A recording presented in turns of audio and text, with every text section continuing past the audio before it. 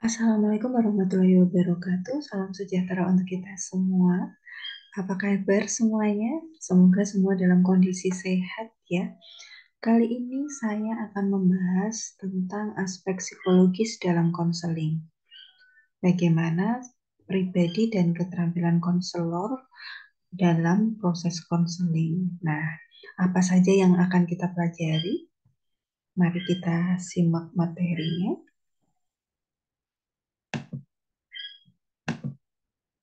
Nah, kemampuan yang diharapkan ketika eh, mempelajari materi ini adalah pertama mampu menjelaskan dasar-dasar pertimbangan dalam penyelenggaraan konseling dan psikoterapi. Yang kedua, mampu memahami karakteristik dan kualitas pribadi konselor. Sehingga dengan kita sebagai konselor, kita memahami karakteristik dan kualitas pribadi kita sendiri, maka kita dapat memberikan pelayanan terbaik bagi klien. Nah, materi pembelajarannya adalah yang pertama terkait dasar-dasar pertimbangan dalam penyelenggaraan konseling dan psikoterapi yang di sini saya mengelompokkan menjadi tiga, yaitu masalah, klien, dan konselor. Kemudian karakteristik dan kualitas pribadi konselor. Materi besar yang akan dibahas adalah konselor sebagai pribadi, dan yang kedua adalah karakteristik konselor yang efektif. Ya. Nah, apa sih dasar-dasar pertimbangan dalam penyelenggaraan konseling dan psikoterapi? Tentunya ketika kita menyelenggarakan konseling ataupun psikoterapi, kita perlu mempertimbangkan eh, beberapa hal. Ya, di antaranya tadi yang sudah saya sampaikan, yang pertama adalah masalah, yang kedua klien, yang ketiga konselor. Nah, masalah. Mengapa masalah ini menjadi pertimbangan begitu?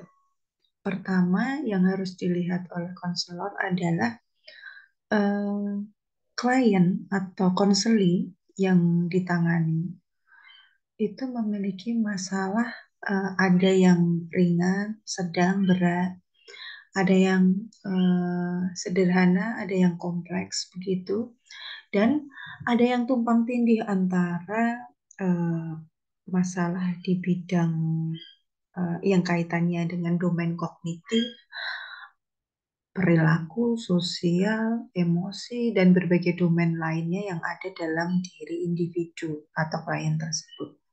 Nah, lalu bagaimana mempertimbangkan masalah itu? Mengapa masalah ini menjadi hal yang perlu dipertimbangkan?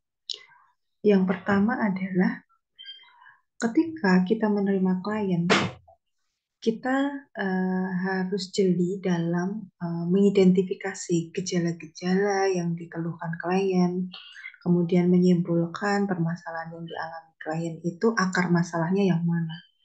Jangan sampai dengan bertumpang tindihnya atau mungkin tidak tumpang tindih juga, mungkin ada juga yang komorbid, ada yang uh, permasalahan A menjadi akar dari permasalahan B yang tampak di keseharian klien begitu.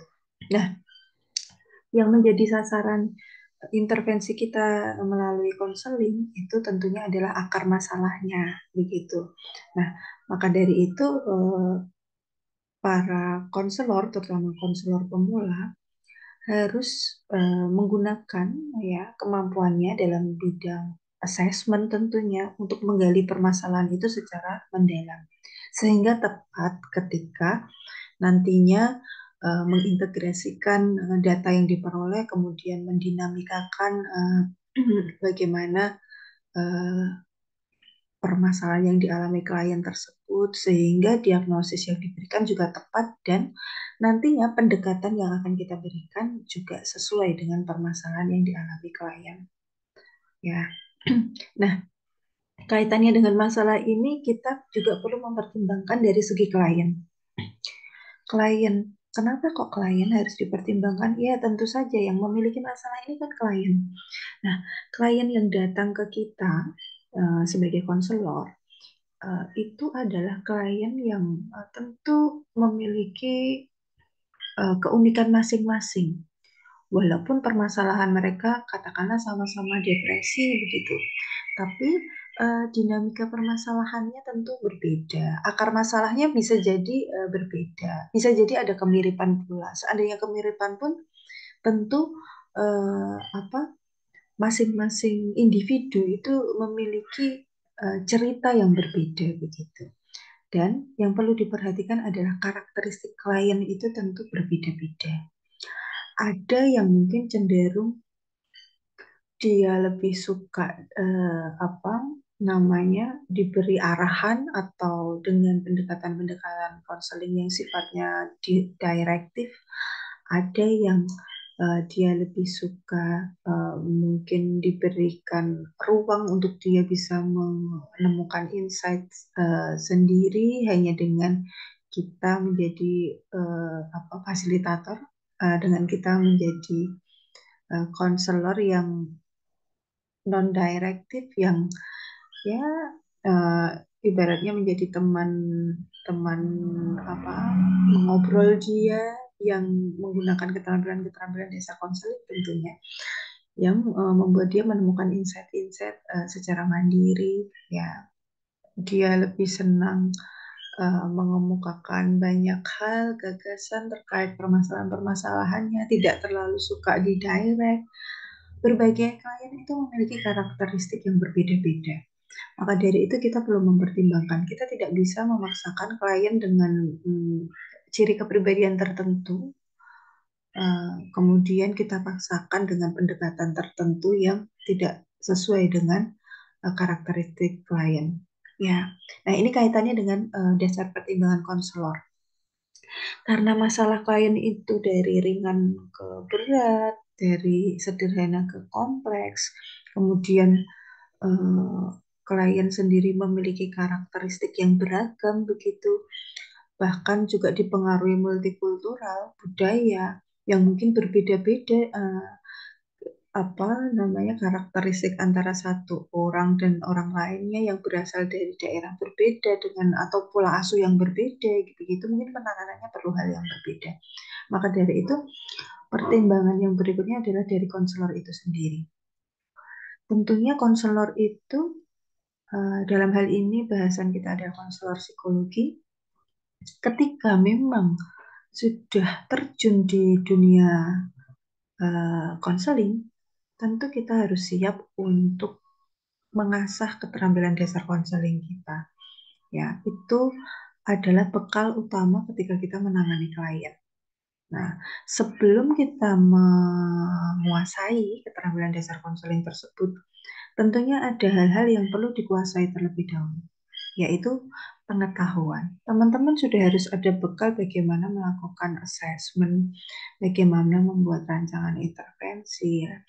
Bagaimana teman-teman sebelum melakukan asesmen itu pun teman-teman sudah harus menguasai pendekatan-pendekatan secara teoritis. Paling tidak teman-teman tahu secara teori dari berbagai pendekatan itu apa sih uh, apa karakteristik dari pendekatan-pendekatan tersebut dan itu yang akan menjadi pedoman kita nanti, dasar pertimbangan kita ketika menangani klien dengan pendekatan tertentu. Pada dasarnya itu setiap masalah itu bisa jadi bisa ditangani dengan berbagai pendekatan. Tapi karena masalah klien yang mungkin unik satu sama lainnya, kemudian karakteristik klien yang juga unik antara klien satu dengan klien lainnya, maka kita sebagai konselor kadang tidak bisa memaksakan pendekatan tertentu. Misalnya kita hanya spesialis nih di pendekatan behavior gitu ya. Terus semua kasus mau kita tangani pakai behavior gitu. Sedangkan akar permasalahannya mungkin bukan di keperilakuannya, perilakunya ini sebagai dampak gitu. Kita tentu tidak bisa menggunakan pendekatan tersebut, memaksakan untuk hal tersebut. Atau kliennya bukan klien-klien yang direct, yang mau didirect. Klien-klien yang cenderung pengen diberikan ruang untuk mengaktualisasikan diri, untuk menemukan sendiri apa insight dari hasil konselingnya begitu ya mungkin tidak cocok dengan pendekatan behavior padahal kita pakarnya behavior katakanlah Nah, dalam hal ini kita tidak perlu malu untuk merefer ke ahli lain atau rekan sejawat lain yang eh, apa memiliki kompetensi dalam melakukan intervensi sesuai pendekatan yang sesuai dengan karakteristik klien, tentunya atas persetujuan dengan klien dan diskusi dengan klien. Begitu.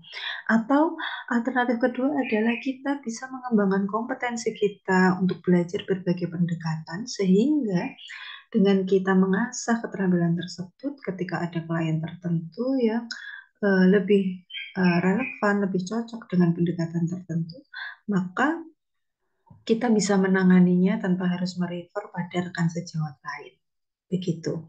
Nah, itu tadi adalah sekilas terkait dasar-dasar pertimbangan dalam penggunaan konseling dan psikoterapi. Nah, kapan menggunakan konseling? Biasanya dengan masalah-masalah yang ringan, yang klien itu butuh mengembangkan diri, atau mungkin menghadapi permasalahan-permasalahan yang klien sendiri mungkin uh, masih bisa secara mandiri. Maksud saya adalah klien itu tingkat kesadarannya juga masih baik, tidak perlu mendapatkan banyak bantuan, gitu. Kita memakai konseling, it's okay begitu. Tapi ketika permasalahan itu menjadi berat, permasalahan itu sudah tingkatannya itu mungkin mengganggu kesadaran atau mungkin banyak apa ya menimbulkan hal-hal yang di luar kendali klien itu sendiri sehingga klien sangat membutuhkan bantuan dari terapis, konselor atau lainnya dan lingkungan-lingkungan sekitar secara intens, maka psikoterapi mungkin akan lebih pas digunakan ya. Dan biasanya memang psikoterapi itu lebih jangka panjang daripada konseling gitu.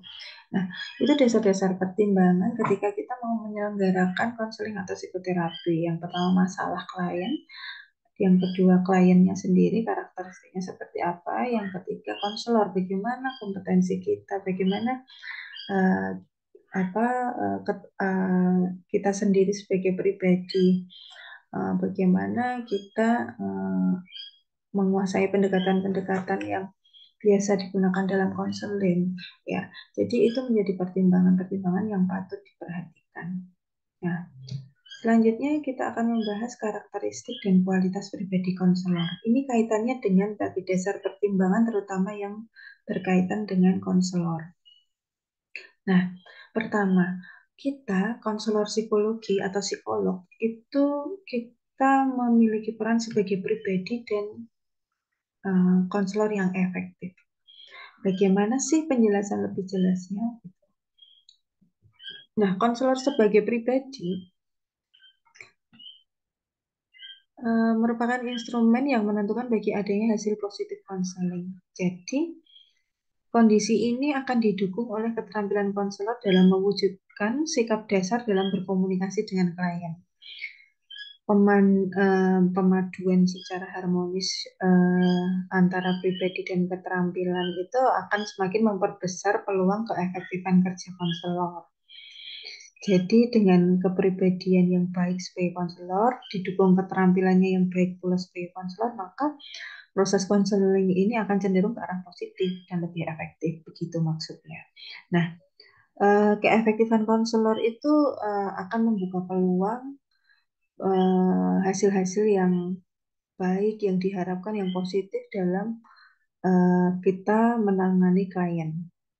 Nah, kadang-kadang bahkan hasilnya itu klien bisa melakukan sesuatu hal kemajuan ya yang diharapkan sesuai yang uh, ditargetkan dalam tiap konseling kan apa sih ini goalnya begitu. Nah, dia klien-klien itu cenderung dapat mencapai goal-goal yang kita sepakati ketika konseling tersebut.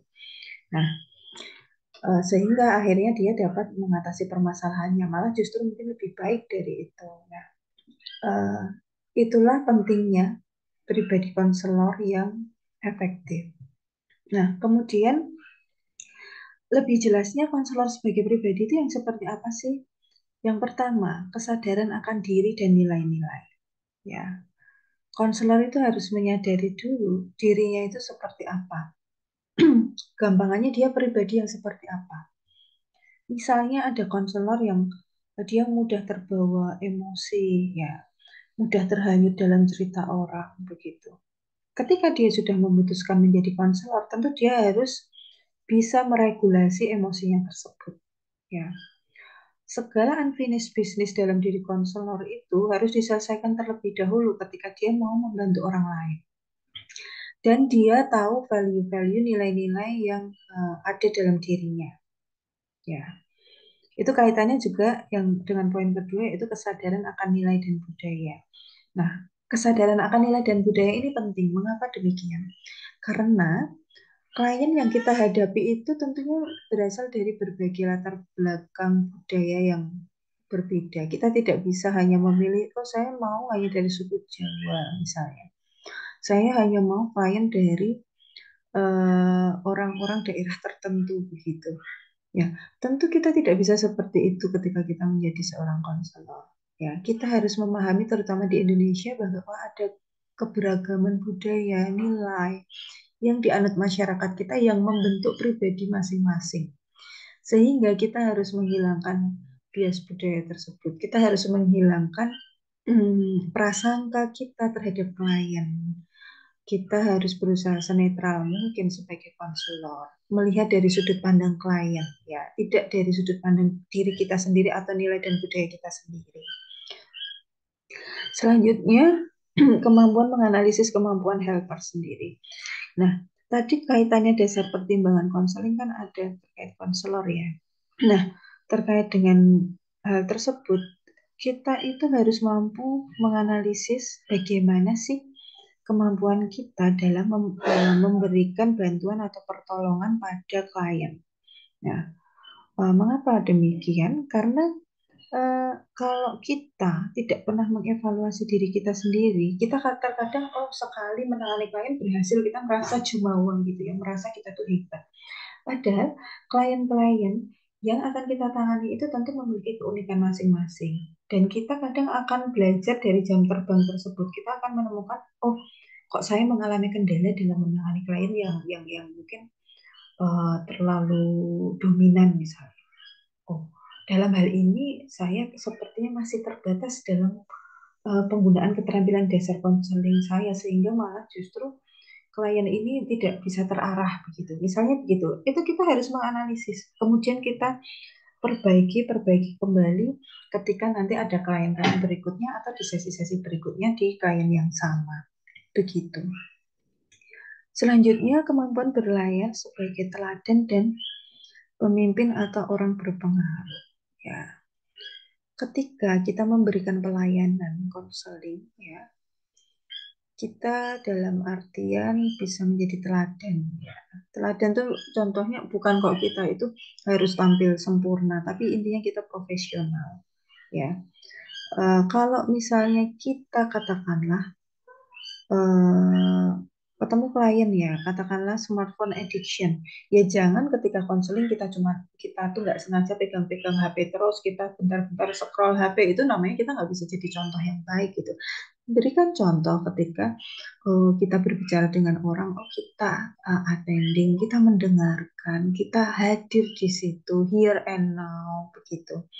Dan pemimpin atau orang berpengaruh, maksudnya kita itu sebenarnya yang meliding, kita sebagai leader, terutama dalam intervensi kelompok ya, dan juga intervensi individu pun begitu. Jadi jangan sampai kita yang dibawa arusnya oleh klien akhirnya eh, fokusnya jadi bercabang kemana-mana begitu ya. Dalam hal tertentu kita harus bisa kapan mengembalikan fokus pembicaraan ke arah akar permasalahannya, ke arah fokus masalahnya ya. Kita harus bisa memimpin jalannya konseling ini sesuai dengan tahapan konseling yang tepat dan rencana-rencana atau goal-goal yang sudah disepakati bersama begitu. Nah, yang kelima altruisme. Altruisme dalam hal ini sebenarnya bukan berarti yang begitu dalam seperti misalnya contohnya Bunda Teresa yang seperti itu ya. Kemudian Mahatma Gandhi gitu-gitu ya. Eh, Bukan altruisme yang begitu dalam seperti itu, tapi dalam hal ini lebih ditekankan pada eh, kita itu memang niatnya adalah memberikan pelayanan, memberikan pertolongan ya pada klien-klien yang membutuhkan bantuan. Jadi harapan timbal balik itu tentunya eh, diharapkan seminim mungkin. Maksud saya adalah jangan sampai ketika kita dapat klien, ya kita justru membuat klien itu ketergantungan dengan kita. Kita, per sesi itu kan dia harus bayar nih. Kalau dia selalu datang ke kita, tentu kita akan semakin mendapatkan income yang begitu besar. Nah, itu namanya konselor sebagai pribadi yang tidak baik. Gitu.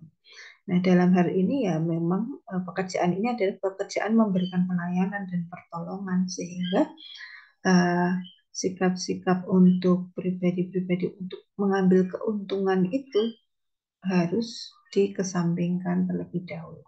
Bersikap profesional sangat dibolehkan, tapi mengambil keuntungan dari klien ini yang menjadi hal yang tidak diperbolehkan. Selanjutnya penghayatan etik yang kuat. Nah, dalam hal ini kita harus memahami berpegang teguh pada kode etik ya, pada kode etik psikologi yang mengatur bagaimana kita sebagai konselor psikologi atau sebagai psikolog ketika melakukan intervensi atau pendampingan atau pelayanan pada klien. Nah, yang berikutnya adalah tanggung jawab sebagai pribadi ya. Kita harus menjadi konselor yang bertanggung jawab. Tentunya sejak awal kan ada inform consent. Kita tahu kewajiban klien apa, tanggung jawab kita apa. Nah, itu harus ditepati dan dilaksanakan. Nah, ini tadi kurang lebihnya ya terkait penjelasan kesadaran akan diri dan nilai-nilai tadi, siapa saya, apa yang penting bagi saya, apa signifikasi sosial dari apa yang saya lakukan begitu. Nah, selanjutnya kesadaran akan nilai dan budaya ya, kita harus tadi mempelajari nilai-nilai dan berbagai macam budaya yang ada karena sebagai helper profesional kita upayakan untuk memahami berbagai keragaman nilai dan budaya yang akan kita hadapi di klien-klien kita. Kemampuan menganalisis kemampuan helper sendiri ya. Tadi kita perlu menganalisis apa kelebihan kekurangan kita. Kemudian eh, kita tadi tidak jumawa ketika dapat klien begitu berhasil, kemudian merasa kita sudah sangat mumpuni, kemudian hingga lupa diri, padahal kita masih perlu terus mengasah kemampuan kita begitu. Kemudian kemampuan berlayan sebagai teladan pemimpin atau orang yang berpengaruh tadi sudah cukup saya jelaskan. Altruism tadi ya, intinya ditandai dengan kesediaan untuk berkorban. Contohnya waktu, tenaga, ya kadang-kadang mungkin materi juga ya, karena kadang kita ketemu klien tidak melulu klien yang apa ya, yang baik secara finansial ya. Kadang-kadang kita juga perlu memberikan pengabdian kita sebagai helper ya. Nah, ini kita menghayati kode etik psikologi, kemudian kita responsibility, tanggung jawab gitu. Nah, sikap dan keterampilan dasar konselor sekarang. Tadi kan kita membahas terkait kepribadian atau pribadi konselor. Nah, sekarang ada 7 tadi ya. Sekarang kita akan ke sikap dan keterampilan konselor. Sikap dan keterampilan konselor itu aspek yang sangat penting ya. Karena sikap sebagai suatu disposisi kadang-kadang tidak tampak nyata, tidak dapat dilihat bentuknya secara langsung ya. Tapi kalau keterampilan dapat kita observasi wujudnya itu dalam perbuatan itu kelihatan. Nah, fungsinya keterampilan bagi konselor itu adalah apa? Untuk memancarkan sikap-sikap yang dimilikinya terhadap para klien di samping menunjukkan kredibilitas lain seperti penampilan kompetensi intelektual dan aspek-aspek non-intelektual lainnya. Jadi, kalau sikap itu kan nggak bisa dilihat. Bisa dilihatnya ketika sudah diwujudkan dalam perilaku. Dalam hal ini adalah keterampilan. Keterampilannya adalah keterampilan-keterampilan dasar konselor yang harus dimiliki. Yang pertama, sikap dasarnya apa saja?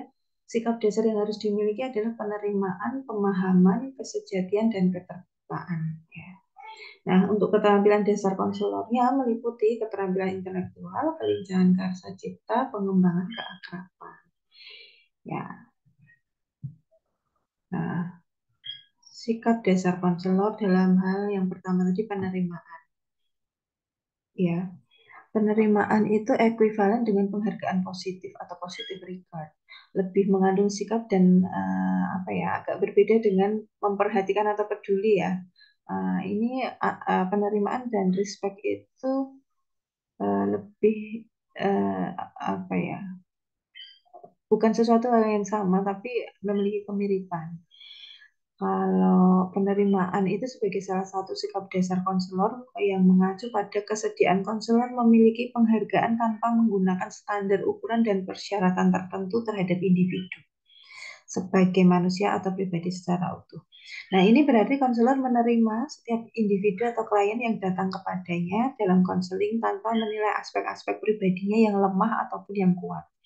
Dengan kata lain, konselor mempunyai penerimaan apa adanya, tidak mengandung kesetujuan atau ketidaksetujuan terhadap aspek-aspek pribadi individu ya.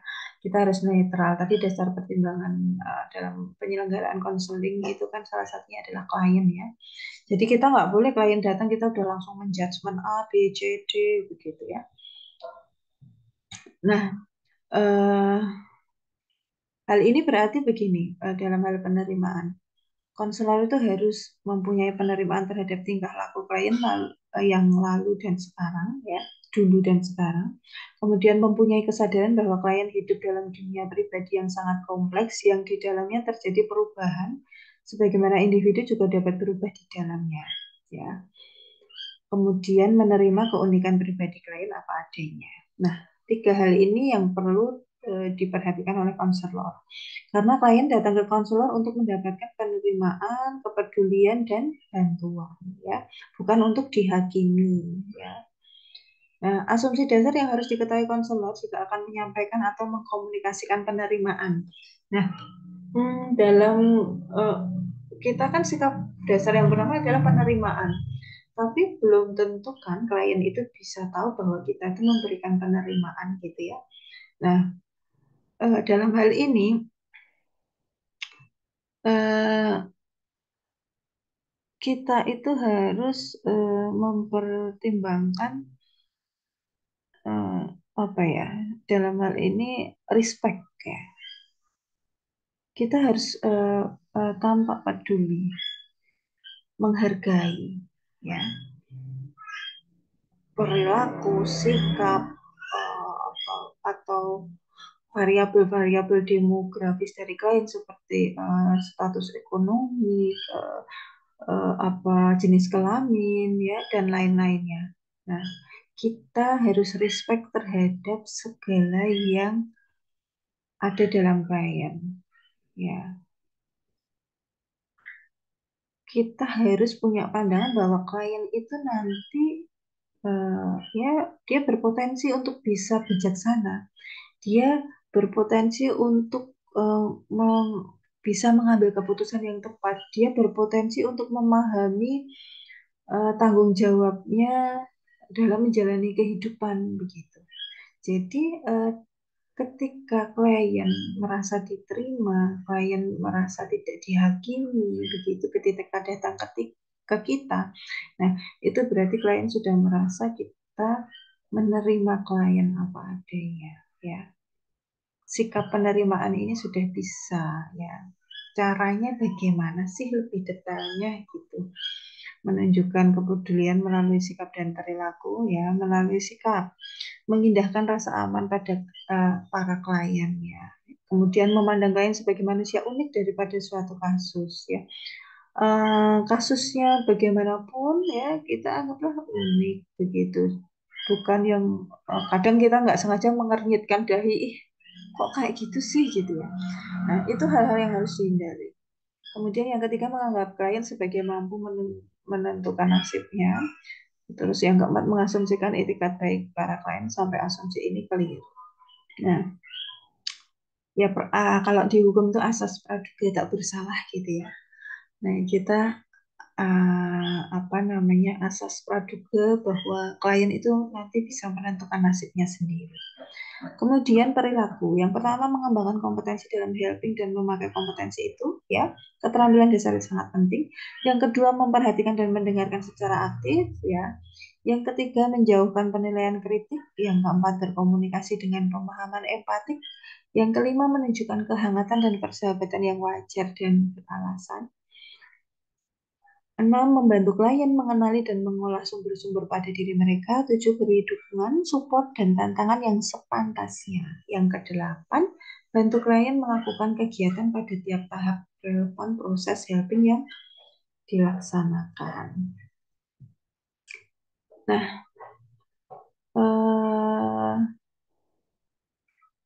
kapan sih kita tahu bahwa tahap penerimaan ini berhasil gitu ya? Melalui penerimaan, konselor menyediakan pertemuan konseling sebagai suatu tempat para klien dapat merasa aman, bebas, dan leluasa mengeksplorasi dunia batin mereka ya. Nah, keadaan klien yang seperti ini secara nyata ditandai adanya peningkatan kesukaan atau kesediaan lebih terlibat dalam proses konseling. Tidak sungkan menemui konselor dan meningkat kesediaan mempercayakan hal-hal rahasia pada dirinya ya. Jadi kapan kita tahu klien itu sudah merasa tahap penerimaan konselor itu berhasil ya. Yaitu tadi ketika dia jadi nyaman, dia mau bercerita terbuka, mau menemui konselor dengan senang hati ya. Hal ini akan benar-benar terjadi jika konselor menerima mereka secara sungguh-sungguh dan klien mengalami penerimaan konselor. Ya, tadi kan sudah ada ya sikap-sikap, pribadi konselor ya. Eh, kita itu harus genuine, kita harus benar-benar sejati ya, nggak berpura-pura ya. Memang sebagai konselor itu memang kita itu harus memiliki pribadi-pribadi yang tujuh tadi yang disebutkan di awal ya, sehingga uh, dalam menangani klien pun kita tidak penuh kepura-puraan begitu. Nah, kalau kita bersungguh-sungguh dan kita memang memiliki pribadi yang baik itu, maka eh, penerimaan yang sebagai komponen penting dari penghargaan konselor terhadap klien ini dan sebagai dasar proses konseling secara keseluruhan ini dapat dirasakan oleh klien dan kemungkinan akan membawa keberhasilan dalam proses konseling. Nah, yang berikutnya adalah pemahaman atau understanding.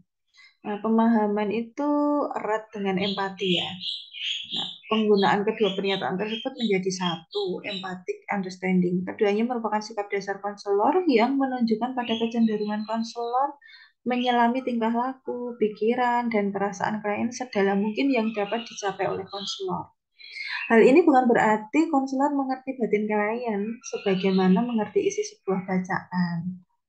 Konselor bukan paranormal ya, kita harus pahami itu. Kita bukan dukun gitu yang diasumsikan mampu melihat batin orang lain. Dalam hal ini, konselor memahami konseling melalui observasi, catatan konferensi, dan hasil-hasil tes yang tersedia. Selanjutnya, konselor mengkomunikasikan pemahamannya pada konseli dengan menunjukkan bahwa ia paham dunia konseli dan menerima rasa takut serta harapan-harapan sebagaimana konseli melihatnya. Jadi kita dari sudut pandang konseli gitu. Nah, selanjutnya Bremer menjelaskan bahwa empati merupakan cara utama untuk memahami para helper dan yang memungkinkan para helper merasa dipahami. Helper melihat lingkungan sebagaimana helper mempersepsikannya, ya. Jadi kerangka acuannya adalah kerangka acuan internal dari helper. Nah, yang ketiga ya sikap dasar konselornya tadi kan sudah ya, penerimaan, pemahaman, oh ini masih kaitannya dengan pemahaman. Konselor baru benar-benar dapat berpikir dengan klien jika ia memiliki sense of presence, yaitu kesadaran konselor siapa dirinya. Makanya tadi sikap pribadi yang pertama adalah kita harus mengenali siapa diri kita sendiri. Ya, di mana ia sedang berada, apa yang dilakukannya, bagaimana dilakukannya, dan mengapa. Ini menuntut ketulusan untuk melibatkan diri. Ya, kita memang harus tulus, sungguh-sungguh untuk melibatkan diri. Melibat dengan klien dalam persepsi dunia pribadi klien dan melibat dengan klien tanpa proses klien menjadi lebih cermat memfungsikan individualitas klien. Jadi maksudnya adalah dalam pemahaman ini kita melibatkan diri secara tulus untuk melihat sudut pandang dari klien, persepsi klien, ya, ya. Jadi kita jangan mengacau dengan sudut pandang kita atau kekakuan berpikir kita bahwa benar salah itu hanya menurut kita. Tapi kita perlu melihat dari sudut pandang klien, mengapa sih dia melakukan ini, bagaimana bisa dia lakukan, ya. Apa ini sedang dalam kondisi seperti apa yang dilakukannya, ya. Kita harus melihat hal tersebut. Nah, yang perlu dilakukan konselor untuk pemahaman apa? Satu, membiasakan diri secara sungguh, empathetically, ya, merasakan perasaan klien, harapan, keinginan, frustasi, ketakutan, pembelaan diri, dan kecemasan-kecemasannya. Jadi nggak berpura-pura, kita memang empati, kita keluarkan keterampilan itu. Yang kesemuanya merupakan ciri khas pribadi yang membuatnya berbeda dari orang lain. Nah, konselor yang efektif mestilah menghayati perasaan klien sebagaimana klien mempersepsi perasaan-perasaannya. Bisa dipahami di sini ya, ketika kita menghayati perasaan klien, kita harus menempatkan bagaimana klien mempersepsikan perasaannya. Ya, inilah konsepsi inti dari memahami klien dengan kerangka acuan internal. Nah, selanjutnya, sikap dasar konselor terkait kesejatian, authenticity, pada dasarnya menunjuk pada keselarasan atau harmoni, ya, yang mesti ada dalam pikiran dan perasaan konselor dengan apa yang terungkap melalui perbuatan atau ucapan verbalnya. Nah, penampilan kualitas positif konselor secara apa adanya tidak menyembunyikan maksud tertentu meliputi kongruensi, sincerity, dan genuine, ya, genuineness, ya. Kongruen, ya, keselarasan atau keseimbangan seperti ini tidak saja dalam pribadi internal konselor ada di dalam pribadi internal konselor, tetapi juga terpancar dalam tingkah lakunya dalam hubungan konseling, ya. Ya, ketika orang itu memang kita tulus sebagai konselor, ya, ya pasti akan terpancar, ya, dalam tingkah laku kita. Sincerity pertama kali disebut oleh Rogers dengan congruence, menekankan the essential harmony that must exist between what a counselor says and does and what he really is. Ya, ini berarti konselor yang efektif mesti memiliki keselarasan antara bagaimana keadaan dia sesungguhnya dengan apa yang dikatakan dan dilakukannya. Kalau seorang konselor mengatakan saya sangat senang Anda menemui saya, maka sesungguhnya lah konselor itu merasa senang. Ya, ucapan konselor itu bukanlah basa-basi. Tidak ada basa-basi dari konselor dalam hubungan konseling, ya. Ya, saya siap membantu Anda. Ya, itu siap beneran, bukan hanya basa-basi gitu. Nah, sudah barang tentu peletakan, ya, kayak gestur kita, ya, tubuh, mimik, tatapan, dan nada suara konselor ini memancarkan ketulusannya. Jadi klien itu dapat menangkap pesan ini. Oh, si konselor ini benar-benar tulus dengan saya. Jadi harus selaras apa yang diucapkan dan juga gestur yang ditunjukkan, tatapan kita, nada suara kita, ya. Kemudian genuine, senang, ramah dengan dirinya sendiri, sehingga merasa aman dengan keadaan dirinya dalam semua interaksinya. Ini berarti bahwa orang demikian tidak harus mengubah diri ketika berhadapan dengan macam-macam orang. Kita jadi diri kita sendiri, ya, yaitu tidak selalu mengadopsi peranan dalam usaha agar diterima orang lain atau agar dapat menerima diri ketika bergabung dengan orang lain. Jadi kita nggak perlu pakai topeng gitu, ya. Kita misalnya tadi yang saya sebutkan di awal, kalau kita tuh gampang hanyut, gampang emosian, ya udah tuh kita jadi diri sendiri, kita tetap emosian, kita tetap tetap gampang terhanyut gitu-gitu.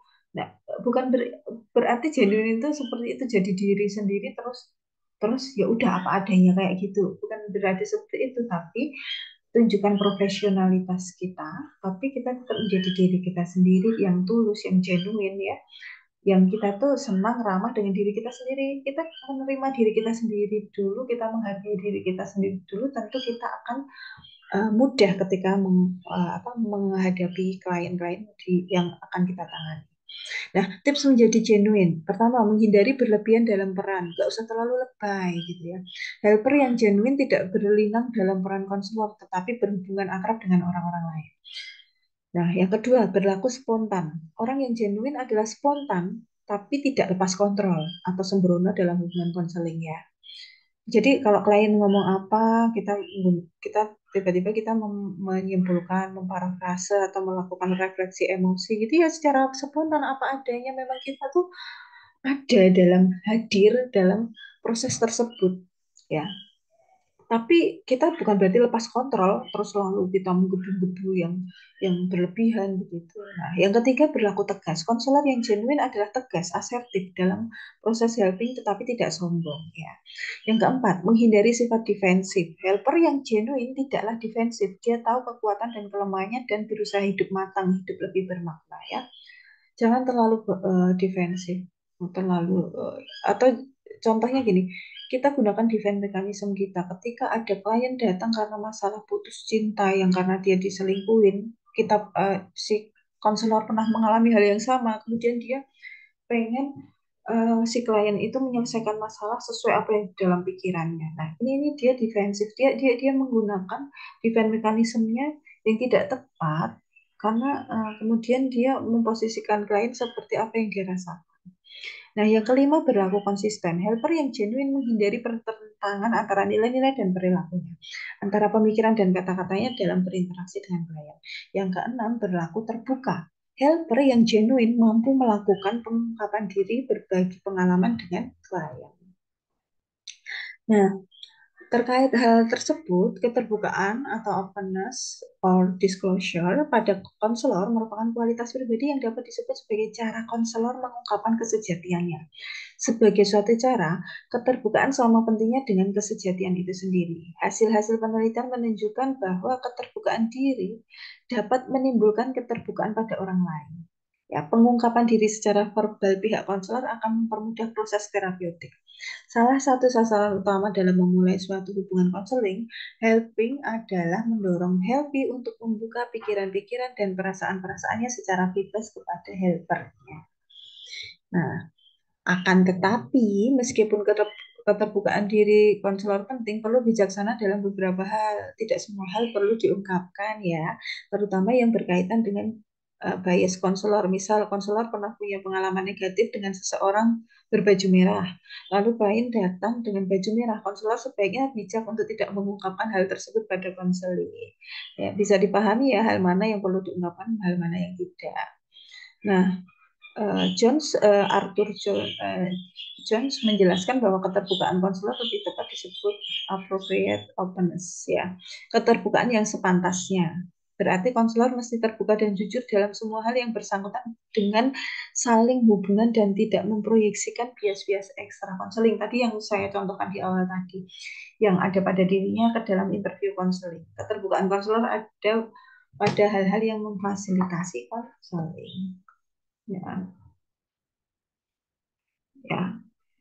Eh, Kesejatian atau ketulusan konselor itu penting ya. Sebab klien sudah terbiasa bosan dengan kebohongan, ketidakjujuran, dan sandiwara dalam kehidupannya sehari-hari ya. Jadi, manakala klien berhadapan dengan konselor dan menemukan kesejatian, maka serta-merta klien menemukan suasana yang meyakinkan guna pengungkapan masalah, kerisauan, concern secara terbuka, mengiringi keterbukaan konselor, begitu. Ya, ibaratnya gini, udah orang punya masalah, ya, dia menghadapi dunia yang penuh tipu-tipu gitu ya. Nah, habis itu mau konseling, ketemunya konselor yang tipu-tipu gitu kan, nggak asik banget ya. Jadi ya, jadilah konselor yang kita memang sejati, kesejatian kita tuh ada gitu. Ya, Nah, tadi sikap-sikap dasar konselor. Sekarang keterampilan dasar konselor. Satu, kompetensi intelektual. Keterampilan-keterampilan dasar konselor dilandasi oleh pengetahuan siap pakai mengenai tingkah laku manusia, pemikiran yang cerdas, dan kemampuan mengintegrasikan peristiwa yang dihadapi dengan pendidikan dan pengalamannya. Kemampuan berpikir runtut, rapi, logis adalah penting untuk konselor, membantu klien ya menempatkan peristiwa, mempertimbangkan alternatif, menafsirkan hasil-hasil yang di awal saya jelaskan tadi, ya. Bahwa teman-teman itu sudah harus tahu teori-teori berbagai pendekatan, bagaimana melakukan assessment nanti, kemudian mengintegrasikan datanya, menafsirkan hasil-hasilnya, mengintegrasikan datanya, ya. Jadi itu merupakan salah satu kompetensi yang penting ya, yaitu kompetensi intelektual. Di sini komunikasi adalah bagian dari kompetensi intelektual ya. Karena konseling melibatkan kegiatan interview, jadi sangat bergantung pada komunikasi yang jelas, sehingga keefektifan konseling bergantung pada kompetensi komunikasi. Poin-poin tempat komunikasi konselor perlu konkret. Fokus masalah, mengidentifikasi tema penting, memfokuskan pada satu tema, kemudian mengarahkan tema ke satu tujuan. Ya. Contohnya gini, Anda tampaknya merasa tidak enak. Agaknya setiap orang pasti merasakan tidak enak pada situasi baru ya. Nah, silahkan Anda kemukakan contoh khusus apa yang sesungguhnya Anda rasakan sekarang. Kalimat ini lebih disarankan. Kenapa? Kalau yang kalimat pertama, Anda tampaknya merasa tidak enak. Ini kan kita judgment ya. Agaknya setiap orang pasti merasakan tidak enak pada situasi tertentu kan. Iya, saya nggak enak. Paling gitu doang. Tapi kalau silahkan Anda kemukakan contoh uh, khusus apa yang sesungguhnya Anda rasakan sekarang gitu. Dia akan lebih bebas mengungkapkan apa yang dia rasakan. Kemudian kita fokus pada masalahnya, mengidentifikasi tema pentingnya, memfokuskan pada satu tema, mengarahkan tema ke satu tujuan. Nah, keterampilan dasar konselor berikutnya adalah kelincahan karsa cipta.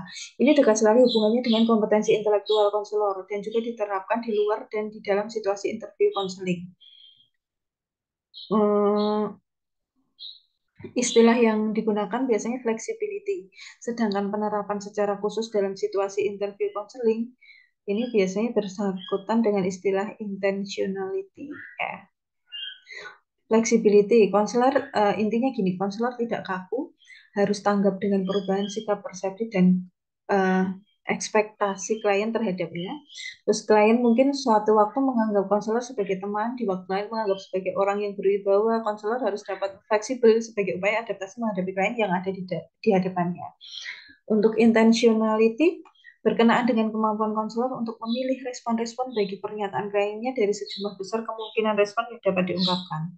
Nah, oleh karena banyaknya kemungkinan respon yang dapat dibuat konselor, ya, diperlukan kelincahan karsa cipta konselor untuk memilih dengan cepat dan tepat respon yang bijak. Kelincahan ini terutama terasa penting saat interview konseling di mana klien mengemukakan pernyataan-pernyataan verbal maupun non-verbal. Jadi ini adalah bagaimana kita bisa merespon setiap pernyataan-pernyataan klien baik secara verbal maupun non-verbal yang disampaikan klien melalui keterampilan-keterampilan dasar konseling. Nah, mulai sejak penerimaan klien, penyiapan interview, penyusunan model masalah klien, penentuan tujuan-tujuan khusus, penentuan dan pelaksanaan strategi, sampai pada evaluasi unjuk kerja konselor dan klien, penuh dengan proses pengambilan keputusan dan penetapan tindakan. Kebanyakan dari hal ini menuntut kesegeraan dan kelincahan karsa cipta konselor. Ya. Banyak aspek yang dipertimbangkan secara kilat di dalamnya seperti sesi interview, mulai pertama atau lanjutan, tahap interview, eksplorasi, concern, atau pelaksanaan strategi atau lainnya, ciri-ciri pribadi klien, latar belakang budaya klien, dan isi serta muatan lain pernyataan klien. Nah, pengembangan keakraban ya. Syarat dan sangat pokok guna tercipta dan terbina saling hubungan harmonis antar klien dan konselor adalah pengembangan keakraban atau rapport ya, yang kita biasa building rapport gitu. Nah, istilah pengembangan mencakup menciptakan pemantapan dan pelanggengan keakraban selama konseling. Keakraban mengacu pada suasana hubungan konseling yang bercirikan suasana santai, keselarasan, kehangatan, kewajaran, saling memudahkan dalam percakapan, dan saling menerima antara klien dengan konselor. Tanggung jawab penciptaan keakraban. Ya, meskipun suasana akrab yang baik itu berada pada kedua pihak, konselor dan klien, namun tanggung jawab penciptaan, pemantapan, dan pelanggengannya sepenuhnya berada di tangan konselor. Jadi konselor yang bertanggung jawab untuk building rapport. Konselor memiliki tanggung jawab dan tugas yang sangat pokok, kompleks, dan kadang-kadang sukar. Boleh jadi tujuan utama konseling sesi pertama adalah menciptakan keakraban. Suasana psikologis dalam sesi atau pertemuan pertama ini menentukan apakah klien mau atau tidak ya meneruskan konseling. Kekomplekan terasa karena apa ya, konselor itu harus mengembangkan keakraban pada setiap awal sesi-sesi berikutnya. Akan tetapi, jika konselor berhasil menciptakan keakraban pada sesi pertama, tidaklah terlalu sukar baginya memantapkan atau memelihara suasana akrab itu. Jadi building rapport itu akan dilakukan secara terus-menerus di tiap sesi. Nah, tapi kuncinya di sesi pertama. Kalau sesi pertama berhasil, sesi-sesi berikutnya akan lebih mudah. Nah, tips menciptakan, memantapkan, dan melanggengkan keakraban. Nah, kesediaan konselor mendengarkan dengan penuh perhatian dan penerimaan segala apa yang mungkin akan diucapkan oleh klien yang baru datang.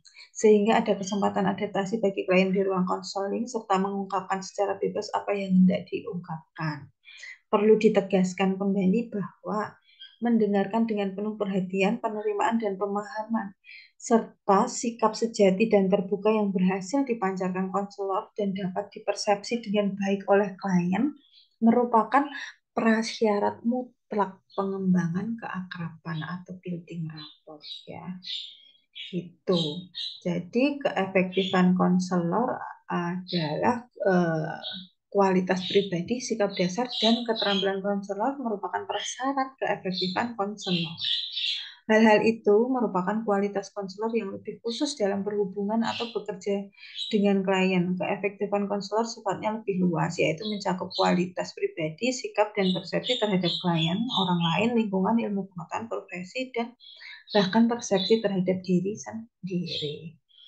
Keefektifan konselor meliputi apa saja?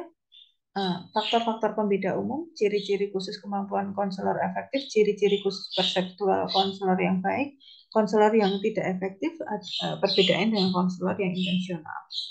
Nah, faktor pembeda umum. 1. Pengalaman. 2. Tipe hubungan konseling. 3. Faktor-faktor non-intelek. Ya. Jadi semakin konselor berpengalaman, jam terbangnya semakin oke gitu, semakin kongruen, empati, dan unconditional positive regard. Tipe hubungan konselingnya biasanya konselor dengan tipe hubungan perasaan dan mengeksplorasi perasaan kalian lebih berhasil dibanding dengan yang bertipe objektif rasional kognitif ya. Kemudian faktor non intelektual, citra diri, motivasi, nilai-nilai, perasaan mengenai orang lain, tatapan perseptual, unjuk kerja dalam tes kepribadian terstandar, inventory minat ya. Itu perlu diperhatikan juga yang faktor pembeda umum dari keefektifan konselor. Jadi dengan tiap konselor itu pasti punya punya apa ciri khas masing-masing. Nah, kita membedakan dalam 3 hal tersebut. Konselor yang efektif bersangkutan pula dengan adanya sikap toleran terhadap pertentangan, penuh pemahaman terhadap klien, kematangan, dan kemampuan menciptakan hubungan sosial dengan orang lain. Nah, ciri-ciri khusus kemampuan konselor efektif apa? Pertama, para helper yang efektif sangat terampil mendapatkan keterbukaan. Ya. Kedua, membangkitkan rasa percaya diri, kredibilitas, dan keyakinan dari orang yang mereka bantu. Yang ketiga, menjangkau wawasan luas seperti halnya mereka mendapatkan keterbukaan tadi ya, yang pertama tadi. Yang keempat, apa ya? Dia mampu berkomunikasi dengan hati-hati, menghargai orang yang mereka upayakan bantu. Kemudian mengakui dan menghargai diri mereka sendiri dan tidak menyalahkan orang-orang yang mereka coba bantu untuk memuaskan kebutuhan pribadi mereka sendiri. Ini penting ya. Yang keenam, punya pengetahuan khusus dalam beberapa bidang keahlian yang mempunyai nilai bagi orang-orang tertentu yang akan dibantu. Yang ketujuh, punya usaha memahami, bukannya menghakimi, ya tingkah laku orang yang diupayakan bantu. Yang kedelapan, mampu bernalar secara sistematis dan berpikir dengan pola sistem. Yang 9 ya, berpandangan mutakhir, kekinian ya. Dia punya wawasan luas terhadap peristiwa-peristiwa yang berkenaan dengan manusia. Ya, pengetahuannya luas ya. Yang ke-10 eh, mampu mengidentifikasi pola tingkah laku yang merusak atau self-defeating dan membantu orang-orang lain untuk berubah dari tingkah laku merusak diri ke pola-pola tingkah laku yang secara pribadi lebih memuaskan ya. Jadi bantu orang dari yang maladaptif jadi adaptif gitu gampangannya. Yang ke-11 terampil membantu orang lain melihat diri sendiri dan merespon secara tidak defensif terhadap pertanyaan siapakah saya. Nah, ciri-ciri khusus perceptual konselor yang baik adalah menurut Kom dan kawan-kawan menjelaskan bahwa konselor yang baik mempunyai ciri-ciri perseptual tertentu. Ciri-ciri dimaksud meliputi keyakinan terhadap konseli, terhadap diri, dan terhadap tujuan-tujuan yang dicapai melalui helping. Para konselor yang baik lebih cenderung berpersepsi satu dari kerangka acuan internal, kerangka acuan eksternal. Ya, para konselor peka terhadap dan memperhatikan bagaimana orang lain, teman-temannya memandang sesuatu dan para konselor menjadikan ini sebagai dasar menyesuaikan tingkah laku ya. Jadi dari kerangka acuan internal, kerangka acuan eksternal ya. Kepada orang daripada benda. Pikiran para konselor lebih berpusat pada orang dan reaksi-reaksi orang daripada memperhatikan benda-benda atau peristiwa-peristiwa. Kemudian mampu daripada tak mampu ya. Jadi konselor itu memandang klien itu mampu gitu ya, daripada pesimis dulu terhadap klien. Terus patut percaya daripada sanksi. Berusaha percaya, oh klien ini pasti bisa dia. Tidak prasangka terhadap klien. Terus peramah daripada tak acuh ya, kita menampilkan keramahan. Berguna daripada sia-sia. Para konselor cenderung melihat orang lain sebagai orang yang berguna daripada tidak bermanfaat ya. Suka membantu daripada suka mengganggu.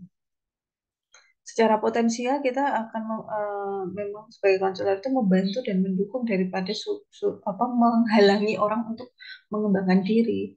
Kemudian termotivasi secara internal daripada secara eksternal. Para konselor melihat orang bertingkah laku atas dorongan internal dalam diri ya daripada eksternal. Para konselor yang baik juga mempersepsikan diri sebagai beridentifikasi pada orang daripada menghindari orang ya. Kemudian memadai daripada tidak berdaya ya, dia ngelihat klien itu orang-orang yang memadai gitu, bukan orang-orang yang nggak berdaya gitu. Berguna daripada sia-sia, memandang dirinya sendiri sebagai orang yang memiliki kompetensi, martabat, kemuliaan, integritas ya.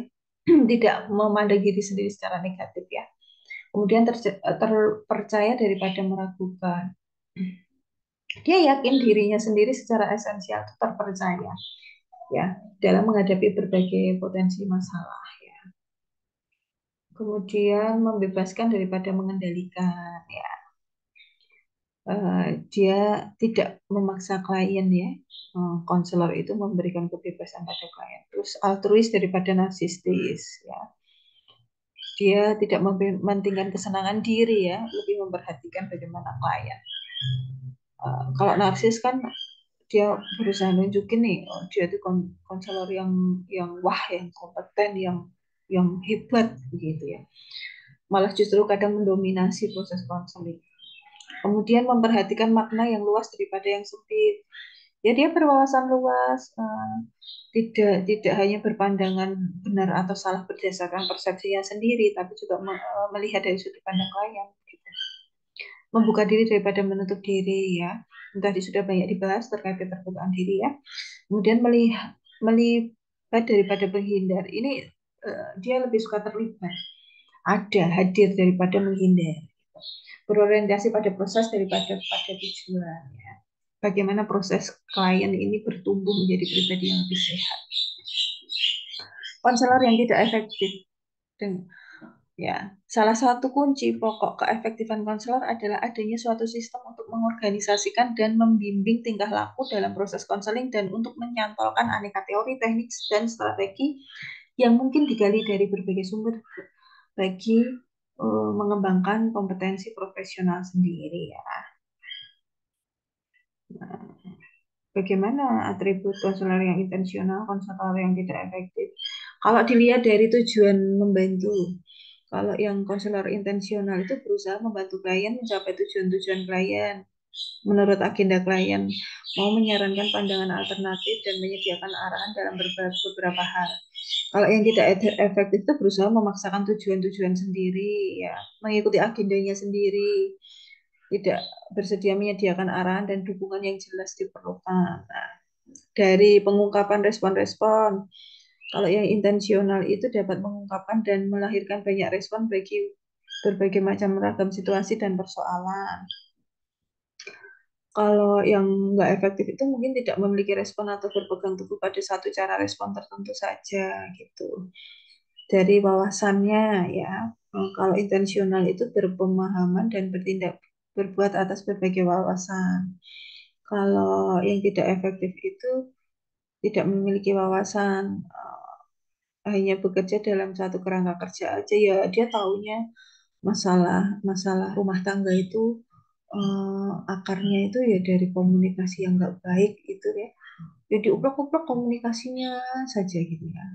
Nah, ini kalau yang wawasannya luas, oh ternyata ini akarnya itu ternyata dari itu apa pola asuh yang turun temurun, dia masih menerapkan budaya di keluarga sebelumnya ya, bisa jadi seperti itu ya.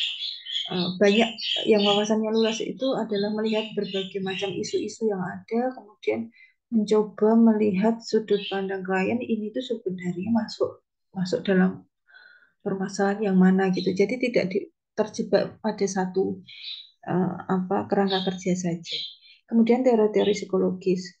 Kalau yang intensional itu dia paham, dia menggunakan kerangka kerja psikologis, terus lihat nilai-nilai potensial dalam banyak uh, apa ya rancangan yang tersedia gitu. Kalau yang tidak efektif itu dapat berbuat uh, atau bekerja dalam satu teori psikologis, memahami secara terbatas kerangka kerja yang lain.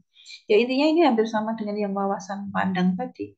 Dia ya kurang-kurang apa pengetahuan terkait teori-teori psikologi, terkait permasalahan-permasalahan yang sering dihadapi para individu-individu problematika yang ada di sekitarnya ya. Dia kurang wawasan terhadap hal tersebut. Ada intensionalitas budaya ya, kemudian kerahasiaan ya, di sini bisa dipahami kalau yang terkait budaya itu ya intinya tadi yang saya jelaskan, dia mengungkapkan pertanyaan-pertanyaan verbal dan verbal dalam jumlah yang maksimum ya, dia bisa berkomunikasi dengan orang di berbagai latar budaya. Kalau yang kurang efektif itu hanya satu kerangka budaya, dia mungkin menerapkan budayanya sendiri gitu. Kalau kerahasiaan itu ya tentu yang intensional merahasiakan tanggung jawab atas kerahasiaan klien. Kalau yang kurang efektif itu dia membicarakan kasus si klien dengan siapapun tanpa izin klien, bahkan kadang menyebutkan namanya. Kemudian keterbatasan, mengakui keterbatasan dan bekerja dengan supervisi, saling bertukar pikiran. Nah, kalau yang nggak efektif itu dia ya tadi yang saya katakan jumawa tanpa supervisi, di awal belajar ya langsung langsung aja tanpa mau belajar dari yang lebih ahli dulu, tanpa pendampingan dulu gitu. Kemudian penyaringan informasi yang intensional itu fokusnya pada pemikiran dan perasaan klien ya, dan dia fokus ya tidak tidak ke detail-detail yang nggak relevan gitu. Kalau yang nggak efektif, pusat perhatiannya pada detail-detail yang nggak relevan ya, malah kadang-kadang mengabaikan perasaan dan pemikiran klien. Nah, gitu. Itu tadi contoh apa namanya konselor yang efektif dan intensional. Eh versus konselor yang tidak efektif gitu. Yang efektif versus yang tidak efektif. Nah, terima kasih untuk perhatiannya. Wassalamualaikum warahmatullahi wabarakatuh. Salam sejahtera untuk semua. Semoga bermanfaat. Saya akhiri.